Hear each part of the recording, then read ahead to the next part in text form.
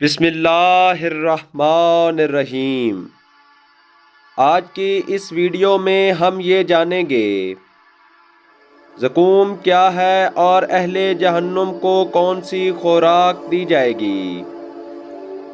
عمرو بن ثابت سے منقول ہے کہ حضرت امام محمد باقر علیہ السلام نے فرمایا، اہل جہنم عذاب جہنم کی وجہ سے کتوں اور بھیڑیوں کی طرح فریاد کریں گے، اور جب بھوکے ہوں گے تو انہیں زقوم کھانے کو دیا جائے گا۔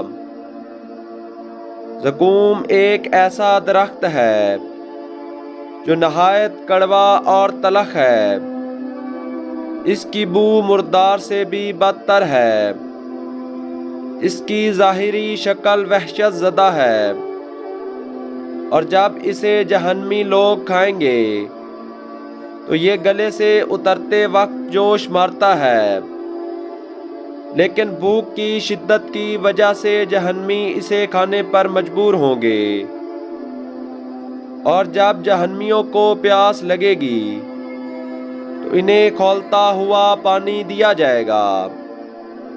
یہ پانی نہایت بدبودار اور متعفن زدہ ہوگا جو چہرے کے گوشت کو گلا کر رکھ دے گا، لیکن پیاس کی شدت کی وجہ سے جہنمی لوگ اسے پینے پر مجبور ہوں گے۔